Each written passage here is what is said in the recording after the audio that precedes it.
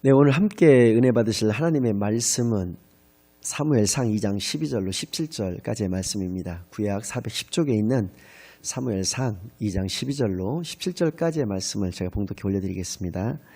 엘리의 아들들은 행실이 나빠 여호와를 알지 못하더라. 그 제사장들이 백성에게 행하는 관습은 이러하니 곧 어떤 사람이 제사를 드리고 그 고기를 삶을 때에 제사장의 사환이 손에 새살갈고리를 가지고 와서 그것으로 냄비에나 솥에나 큰 솥에나 가마에 찔러 넣어 갈고리에 걸려 나오는 것은 제사장이 자기 것으로 가지되 실로에서 그곳에 온 모든 이스라엘 사람에게 이같이 할 뿐 아니라 기름을 태우기 전에도 제사장이 사환이 와서 제사 드리는 사람에게 이르기를 제사장에게 구워드릴 고기를 내라. 그가 내게 삶은 고기를 원하지 아니하고 날 것을 원하신다 하다가 그 사람이 이르기를 반드시 먼저 기름을 태운 후에 내 마음에 원하는 대로 가지라 하면 그가 말하기를 아니라 지금 내게 내라. 그렇지 아니하면 내가 억지로 빼앗으리라 했으니 이 소년들의 죄가 여호와 앞에 심히 크면 그들이 여호와의 제사를 멸시함이었더라. 아멘. 하나님 아버지 감사드립니다. 오늘도 귀한 주일을 저에게 허락하여 주시고 귀한 하나님의 전에 나와서 귀한 예배를 하나님께 올려드리도록 인도하여 주신 은혜를 진정으로 감사드립니다. 이 시간 하나님께서만 함께하여 주시어 하나님께만 영광 올려드리는 귀한 은혜의 시간으로 인도하여 주시옵소서. 모든 것을 감사드리오며 예수 그리스도의 이름으로 기도드리옵나이다. 아멘. 네, 오늘부터 3주일간에 걸쳐서 하나님을 알아야 산다 사무엘상이라고 하는 제목을 가지고 여러분들과 함께 은혜를 나누는 시간을 갖겠고요. 오늘은 특별히 오늘 본문 말씀을 중심으로 해서 여러분들과 함께 은혜 나누는 시간을 갖도록 하겠습니다. 사무엘서의 배경을 이루는 그 시대는 간단하게 말씀을 드린다면 350년인가나 지속되어져 왔던 사사시대가 이제 서서히 종식을 고하고 있고 곧 이어 다가올 그 왕정시대에 그 끼어있는 중간시대 즉 과도기적인 그 시대가 이 사무엘 상하의 시대였다 이렇게 말씀을 드릴 수가 있을 것입니다. 인생은 그 개주와도 같습니다. 이어달리기라고도 하는 개주와도 같은데 예를 들어서 모세와 같은 경우는 이스라엘의 제1세대 민족 지도자로서 또 출애굽의 지도자로서 자신에게 주어진 그 구간을 최선을 다하여 성실하게 하나님이 자에게 주어진 그 사명을 잘 감당하였고 120세가 되어서 죽기 전에 또 여호수아라고 하는 훌륭한 지도자에게 자신의 바통을 넘겨주게 됩니다. 여호수아는 역시 이스라엘의 제2세대 민족 지도자로서 또 가나안의 지도자로서 자신에게 맡겨진 그 구간은 정말 성실하게 최선을 다하여 잘 달려왔으나 그가 110세에 죽을 때에 불행하게도 다른 후계자를 선정을 해서 그 후계자에게 자신의 바통을 넘겨주지 못했다라고 하는 것입니다. 그 결과가 어떠하였느냐면 사상이 2장 10절 말씀을 보니까 여호수아가 죽은 다음에 또 여호수아 시대에 동시대에 살았던 장로들이라고 할까 여러 사람들이 다 죽은 다음에 그 후손들은 하나님을 알지 못하였고 하나님이 그들을 위하여 행하신 일도 알지 못하였다 이렇게 기록되어 있습니다. 그 사사기 2장 11절 말씀에는 그로 인해서 그들이 바로 우상 숭배를 행하였다라고 하는 그 말씀이 기록되어져 있는 것을 우리가 알 수 있습니다. 그래서 영적인 암흑기를 이제 가지게 되는 것이고 그것이 이스라엘의 흑역사가 되고 마는 것이 바로 사사시대의 모습이었다라는 것을 통해서 우리들도 우리 자신의 신앙만을 잘 유지하고 또 그것을 잘 가꾸고 잘 지켜나가는 것이 중요하지만 그것보다 더 중요한 것은 그런 우리의 신앙의 모습을 우리의 후손에게 그대로 넘겨줄 수 있는 것이 더 중요하다라고 하는 것을 깨달아 알 수 있다라고 하는 것입니다. 여호수아서 또 사사기 또 룻기 오늘부터 우리가 살펴볼 사무엘 상하 또 열왕기 상하 역대 상하 에스라 느헤미야 에스더 요 12권의 성경을 역사서다 이렇게 이야기하고 있습니다.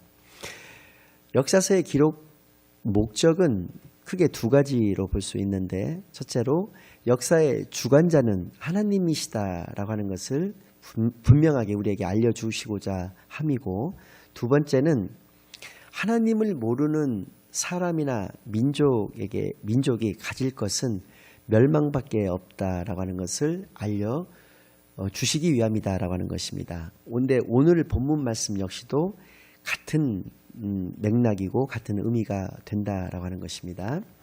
한 절 한 절 한번 자세하게 살펴보겠습니다. 엘리의 아들들은 12절 말씀 보시면 엘리의 아들들은 행실이 나빠 여호와를 알지 못하더라 이렇게 말씀하고 계십니다. 엘리는 당시에 대제사장이었습니다. 그리고 엘리의 아들들 역시도 제사장들이었습니다.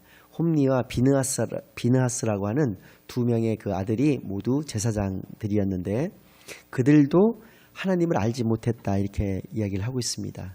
제사장들이 하나님을 알지 못했다는 얘기는 무슨 얘기이겠습니까? 그것은 앞에 말씀드린 바와 같이 하나님의 말씀에 불순종하는 삶을 살았다라고 하는 것입니다. 그 이유는 행실이 나빴기 때문에 그렇다라고 이야기를 해주고 계시다는 것입니다.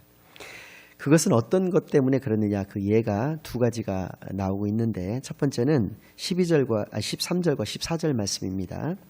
그 제사장들이 백성에게 행하는 관습은 이러하니 곧 어떤 사람이 제사를 드리고 그 고기를 삶을 때 제사장의 사환이 손에 새살 갈고리를 가지고 와서 그것으로 냄비에나 솥에나 큰 솥에나 가마에 찔러 넣어 갈고리에 걸려 나오는 것은 제사장이 자기 것으로 가지되 실로에서 그곳에 온 모든 이스라엘 사람에게 이같이 할 뿐 아니라, 그들이 아주 습성으로 굳어졌다는 것입니다. 관습이라는 표현을 쓰고 있는데 습성으로 굳어진 것이 뭐냐면, 거기서 그 제사장들이라고 하는 것은 엘리의 아들들인 홈리와 비나스를 이야기하는 것인데, 사환을 시켜서, 종이죠, 자신의 종들을 시켜서 하나님 앞에 제사를 드리고 제사를 마친 후에 이제 그 고기를 삶게 되면, 예컨대 화목제와 같은 경우는 제사장만 그것을 가지는 것이 아니라 모든 사람들이 그것을 나누어 먹을 수 있도록 하셨고, 모세 오경에 또 특별히 레위기에 이 제사를 드리고 나서의 음식을 어떻게 나눌 것인지에 대해서 잘 나와 있음에도 불구하고 홈리와 비나스는 자신들이 그 고기를 사환을 시켜서 이 세 살 갈고리, 살이 이렇게 세 개가 있는 갈고리로 솥이나 그 가마나 이런 곳에서 이제 고기를 삶고 있는데, 그걸 푹 찔러 넣어서 건져가지고 나오는 그 갈고리에 딸려서 나오는 그 고기는 자신들의 집으로 가지고 갔다라고 하는 얘기입니다. 두 번째, 그리고 이것을 모든 사람들이 그렇게 행하였다는 것입니다. 그러니까 하나님의 것을 자신들의 재산으로 착복을 했다라고 하는 것이죠. 두 번째는 15절부터 17절까지의 말씀인데, 기름을 태우기 전에도 제사장이 사환이 와서 제사 드리는 사람에게 이르기를 제사장에게 구워드릴 고기를 내라. 그가 내게 삶은 고기를 원하지 아니하고 날 것을 원하신다 하니라. 그 사람이 이르기를 반드시 먼저 기름을 태운 후에 내 마음에 원하는 대로 가지라 하면 그가 말하기를 아니라 지금 내게 내라. 그렇지 아니하면 내가 억지로 빼앗으리라 하였으니 이 소년들의 죄가 여호와 앞에 심히 크면 그들이 여호와의 제사를 멸시함이었더라. 아멘. 이렇게 말씀하고 계십니다. 즉 이 말씀은 무슨 말씀이냐면, 하나님께 제사를 올려드릴 때 그 제물에 기름을 다 제거를 해서 그 기름을 먼저 태워드린 다음에 이 제물을 삶거나 해서 나눠 먹어야 되는데도 불구하고 그 기름을 따로 발라서 하나님께 그걸 다 태워서 올려드리기 전부터 와가지고 자신은 삶은 고기 싫고 날고기 좋아하니까 자기가 원하는 부위를 원하는 만큼 잘라서 그냥 가지고 갈 테니까 그 다음에 제사 드려라, 이 얘기입니다. 그러니까 제사 드리는 사람이 오죽하면 이 사람들은 제사장들인데도 불구하고 제사 드리는 사람이 기름을 먼저 반드시 태운 후에 네가 원하는 대로 그 고기를 가져가라 이렇게 얘기를 했는데도 불구하고, 아니다, 지금 내라, 지금 내지 않으면 내가 빼앗겠다라고 협박을 해서 그 고기를 가져갔다라고 하는 것입니다. 이것이 무엇이었느냐? 이것이 관습이었다라는 것입니다. 이렇게 살았다는 것입니다. 인생을, 제사장의 사명을 이런 식으로 감당했었다라고 하는 것입니다. 하나님의 말씀과 하나님의 법과 하나님을 멸시하면서 제사장의 직무를 수행하였다라는 것입니다. 그래서 그들을 12절 말씀에 하나님을 알지 못한 자들이었다라고, 그들이 비록 제사장들이었지만 하나님을 알지 못한 자들이었다, 이렇게 말씀하고 계시는 것이 오늘 성경입니다. 그런데 더 큰 문제는 그 다음에 있습니다. 오늘 좀 긴 관계로 제가 봉독해 올려드리지는 않았었는데, 그 아버지 대제사장이었던 엘리는 그럼 어떻게 했느냐라는 것입니다. 2장 22절부터 26절까지의 말씀을 이거는 쭉 읽지 않고 읽어가면서 바로바로 말씀을 좀 전해드리도록 하겠습니다. 엘리가 매우 늙었더니 그의 아들들이 온 이스라엘에게 행한 모든 일과 회막문에서 수종드는 여인들과 동침하였음을 듣고, 엘리가 매우 늙었다라는 얘기는 그 오랜 기간 동안의 이 일이, 관습이라는 표현도 그렇습니다만은 오랜 기간 동안에 하나님의 제사를 멸시했던 일이 계속적으로 자행되어져 왔다라고 하는 것을 알 수가 있습니다. 두 번째로는 이 관습뿐만 아니라 회막에서 수종드는 여인들이 있었습니다. 그 여인들에게 자신들을 수종들 것을, 그러니까 쉽게 얘기해서 그 동침할 것을 이야기를 해서 동침을 했다라고 하는 것입니다. 많은 여자들을, 쉽게 얘기해서 하나님의 회막에서 일을 하는 여인들을 꿰어서 그 여인들에게 몹쓸 짓을 해왔다는 것입니다. 하나님의 것을 도둑질한 것뿐만 아니라 또 그 하나님의 제사를 멸시한 것뿐만 아니라 이렇게 이런 도덕적으로 굉장히 비윤리적인 일까지도 자행하였다는 것입니다. 그랬을 때 엘리가 뭐라고 하느냐면 그들에게 이르되 너희가 어찌하여 이런 일을 하느냐, 내가 너희 악행을 이 모든 백성에게 듣노라. 왜 그랬니? 라는 얘기입니다. 왜 그렇게 했어? 내 아들들아, 그리하지 말라. 그러지 마. 내게 들리는 소문이 좋지 아니하니라. 너희가 여호와의 백성으로 범죄하게 하는도다. 사람이 사람에게 범죄하면 하나님이 심판하시려니와 만일 사람이 여호와께 범죄하면 누가 그를 위하여 간구하겠느냐 하되 그들이 자기 아버지의 말을 듣지 아니하였으니 이는 여호와께서 그들을 죽이기로 뜻하셨음이더라. 이에 아이 사무엘이 점점 자라매 여호와 사람들에게 은총을 더욱 받더라. 아멘. 즉 엘리가 그들을 불러다가 이야기를 했다는 것입니다. 왜 그러느냐? 그러지 마라. 사람이 사람에게 범죄하면 그래도 제사장을 통해서라도 하나님께 그 죄를 고할 수가 있지만, 사람이 하나님께 범죄를 해버리면 누가 그 죄를 사함받을 수 있겠느냐라고 하는 얘기를 말로 이렇게 했다는 것입니다. 말로 이렇게 꾸짖었다는 것입니다. 그런데 그 엘리의 두 아들인 홈리와 비나스 제사장들은 그 말을, 그 아비의 말조차도 듣지 아니하였다는 것입니다. 당연하죠. 하나님의 말씀을 듣지 않은 자들이 어찌 육신의 아버지의 말을 듣겠느냐라는 것입니다. 그래서 우리가 알 수 있는 것은 아이를 변화시키는 것은 그 부모의 잔소리가 아니라는 것입니다. 그 부모의 잔소리가 아이를 변화시키는 것이 아니라 그 부모의 모범이 그 아이를 변화시킬 수 있다라고 하는 것입니다. 제가 어렸을 때 보면 저희 학교를 다닐 때 반에서 이렇게 공부 잘하는 아이들을 보면 이런 아이들이 가끔 있었습니다. 아주 그냥 엉덩이를 책상에 붙이고 엉덩이를 뛸 줄 모르는 것입니다. 그 책상에서 그렇게 집중해서 오랜 시간 동안 이렇게 공부에 열중하고 있는 그런 모습들을 보았었는데, 나중에 알고 보니까 그 아이의 아버지가 대학 교수였더라는 것입니다. 그래서 집에서 그 대학 교수가 맨날 아이들에게 공부하라, 책 읽어라 이렇게 잔소리를 한 것이 아니라 그 어머니도 마찬가지로 그 전임 강사가 그러셨는데 그 어머니도 대학 교수셨어가지고 두 분이서 집에서 그냥 시간 나면 그냥 계속 책만 보셨다는 것입니다. 어렸을 때부터 그 모습을 보고 자란 아이들이 한 것은 같이 앉아서 책 읽었던 것밖에 없었기 때문에 책 읽는 것이 아주 체질화가 돼 있고 습성화가 돼버렸던 것입니다. 그러니까 당연히 그 결과로서 공부를 잘할 수밖에 없었던 것이죠. 공부를 잘하는 요인들에는 여러 가지가 있을 수 있지만 부모의 그러한 모습이 아이의 그렇게 변화된 그런 모습이 또 올바른 습성을 가지는 모습이 될 수 있었다라고 하는 것을 우리가 알 수 있다라는 것입니다. 즉 이것을 이 말씀에 적용해서 본다면 엘리는 그 아들들에게 본이 되는 그러한 대제사장의 직무를 수행하지 못하였다라는 것을 알 수가 있다라고 하는 것입니다. 아버지를 우습게 여겼다라고 하는 것이죠. 그래서 아버지의 말이 권위가 쓰질 않았고 권위가 없었다라고 한다는 것을 우리가 알 수 있습니다. 즉 엘리는 앞에 그 서론에서 말씀드린 것을 적용을 한다면 자신의 바통을 자신도 자신의 구간을 잘 달리지도 못했지만 그 바통을 자신의 아들들에게 성공적으로 넘겨주지를 못하였다라는 것입니다. 그래서 하나님께서는 그 가문에 저주를 내리십니다. 첫째는 앞으로 엘리의 가문에서는 노인이 나올 수가 없을 것이다라고 말씀하십니다. 즉 대는 이어나갈 수 있지만 그러니까 쉽게 말씀을 드리면 40, 50대 정도까지만 살고 그 백발이 성성할 때까지 노인이 될 때까지 살 수는 없다. 장수의 복은 앗아가신 것을 우리가 알 수가 있고요. 홈리와 비나스라고 하는 그 범죄한 두 아들들은 한날에 죽음을 맞이할 것이다 라고 말씀을 하셨습니다.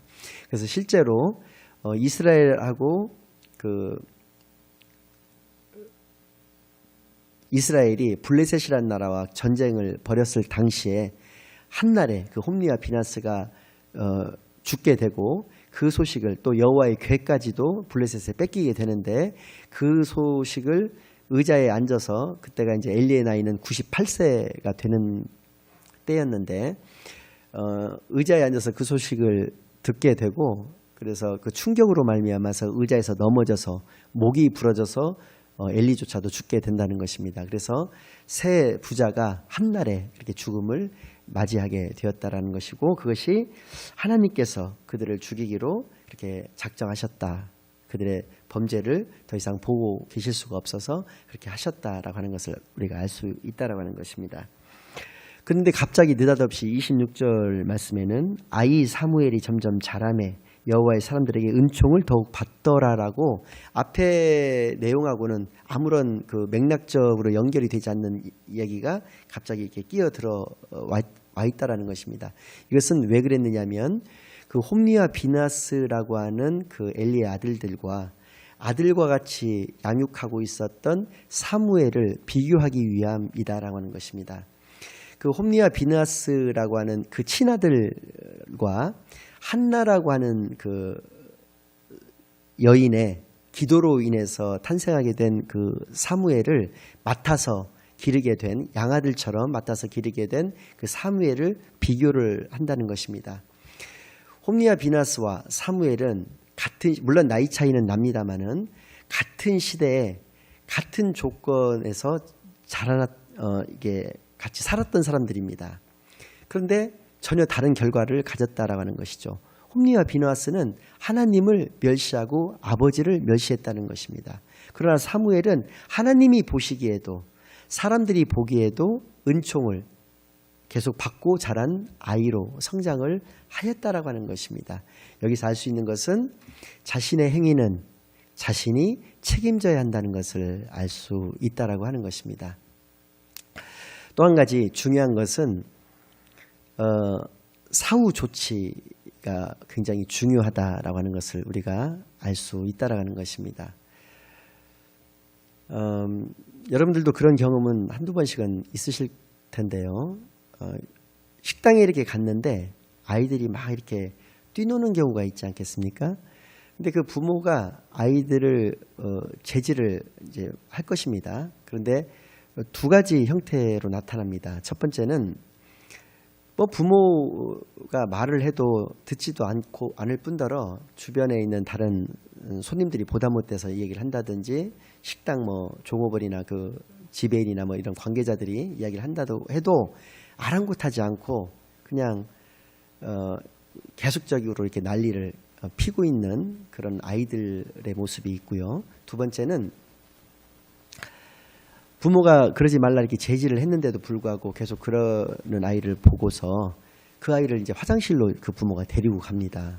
근데 화장실에서 이제 무슨 일이 있었는지는 모르겠는데 화장실에서 나온 뒤로는 그 아이가 조용히 제자리에 앉아서 자기에게 주어진 밥을 다 먹고 같이 부모랑 나가는, 조용하게 나가는 그런 모습도 우리가 볼 수가 있는데, 어떤 아이가 공중 도덕을 잘 지키고 남을 배려하고 그렇게 어떤 인간의 어떤 조건이라고 할까요? 그런 것들을 잘 갖춰서 자라날 수 있겠는가라는 것입니다. 사후 조치를 취하는 것과 취하지 않는 것의 차이점을 알 수 있다는 것입니다. 얼마 전에 우리는 국가적으로 굉장히 큰 비극적인 일을 맞이해서 12월에 있어야 될 그 대통령 선거를 5월에 조기에 좀 치르게 되는 일을 가져왔습니다. 그 대통령께서는 두 가지를 사전에 말씀을 하셨었습니다. 첫 번째는 중요한 일에 대해서는 자신이 직접, 대통령이 직접 국민들에게 브리핑을 하겠다라고 하는 것과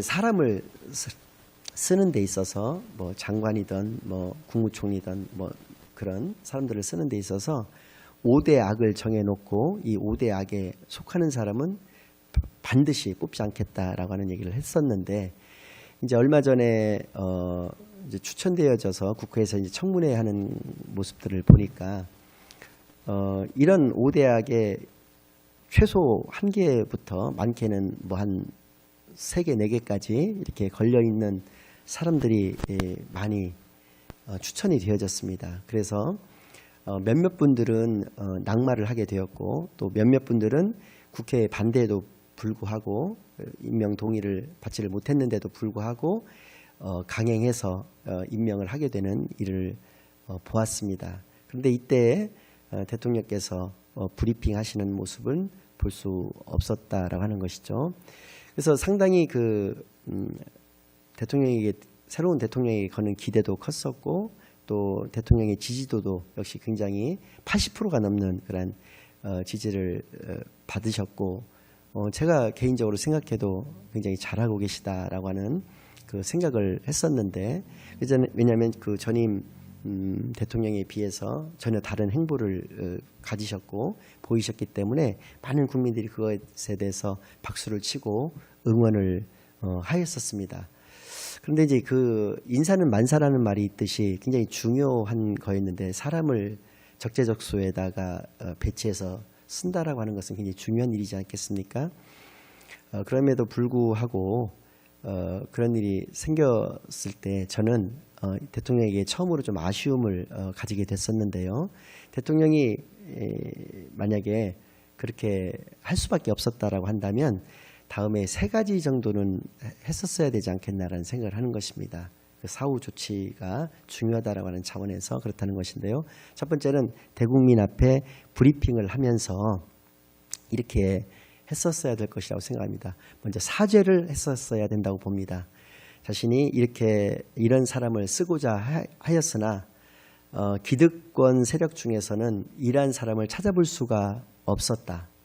너무나도 죄송하다. 자신이 생각했던 것이 너무 이상적이었던 것 같고 현실은 그렇지 못하였는데, 그것에 대해서 제가 한 말에 대해서 책임지지 못한 것은 이유를 막론하고 국민 여러분들께 머리 숙여 사과한다라는 말씀을 하셨어야 될 것 같고요. 두 번째는, 그러나 정권의 초기이기 때문에 앞에 말씀드린 바와 같이 정말 깨끗한, 도덕성적으로도 깨끗하고 업무 능력적인 부분에 있어서도 깨끗한 분을 찾기 힘들어서 정권 초기인 관계로 유예기간을 좀 두고 이런 분들을 그냥 업무 적합도만 따져서 선발을 할 테니까 국민 여러분들이 이해를 해달라고 하는 이해를 또 두 번째로 구할 것 같습니다.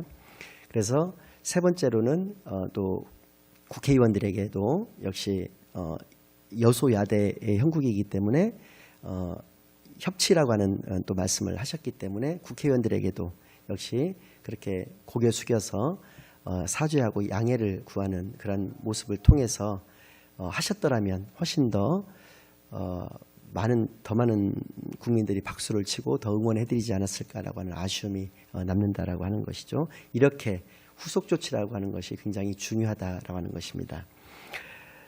결론을 말씀을 드린다면 엘리 역시도 마찬가지였다는 것이죠. 그가 대제사장이었기 때문에 자신의 아들들이자 그 후배 제사장들의 그러한 잘못된 모습을 보았을 때 바로 그들을 파면을 시켰어야 되는 것이다. 그래서 면직을 시켰어야지 맞는 것이고, 두 번째는 그 세 부자가 모두 무릎 꿇고 죄를 뒤집어 쓰고 옷을 찢고 하나님 앞에 생명건 회개가 있었어야 된다라고 하는 것입니다.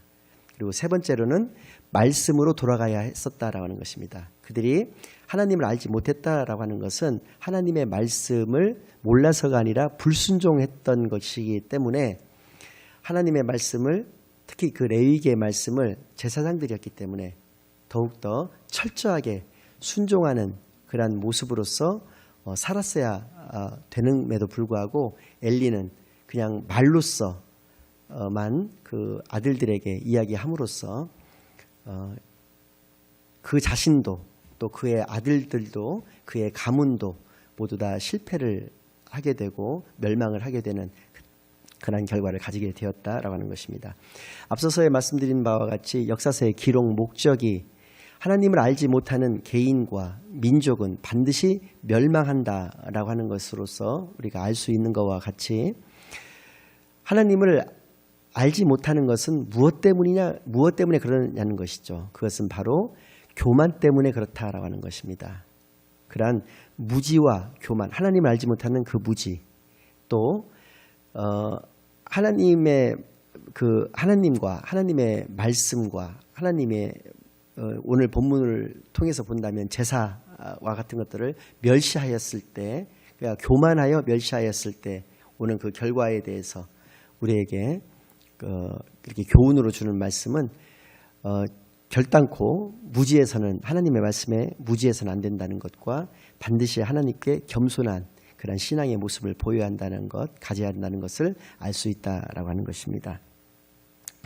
마지막으로 세 번째는 자신의 행위는 반드시 자신이 책임지는 그런 모습을 가짐으로 말미암아서 하나님으로부터 사무엘과 같이 인정받고 또 사람에게서도 인정받는 그런 존귀한 하나님의 자녀들이 다 되시기만을 예수 그리스도의 이름으로 간절히 축원합니다.